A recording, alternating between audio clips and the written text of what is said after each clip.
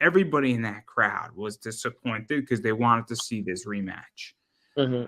And it was very upsetting, I think, for a lot of people. And no, I don't think it was anger because I think people understand that something Mhm. actually seriously happened.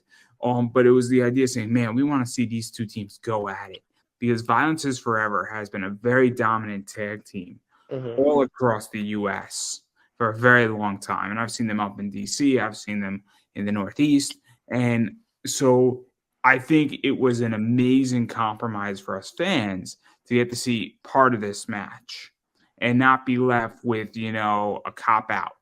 And I think it was very complicated, even on just a selling point and on a show point, because here we are, and now we're watching this amazing match despite something seriously happening.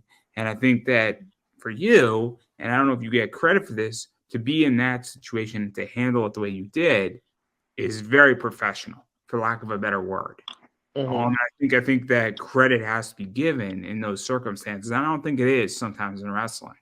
Is this is a crazy situation that's very dangerous, and you handled it like you were supposed to.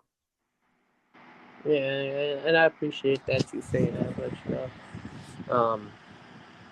yeah, like I said, it was just I had no, I got to do my job, I got to put on for, you know, the team, and I got to help I got to give the people that support me a show, no matter what the situation is. You know what I'm saying? So that's what I went out and did. And I also thought that it was great because what it also did, at least in my opinion, is that it left room for a rematch Mhm. because Dustin came out and then the locker room had to stop him. And that gave a glimmer of hope and an opening for you.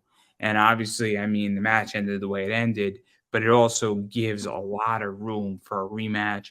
It gives room to continue this story, and whenever this buildup happens, whether it's in 3 months, 6 months, or a year from now, obviously there's going to be some serious history.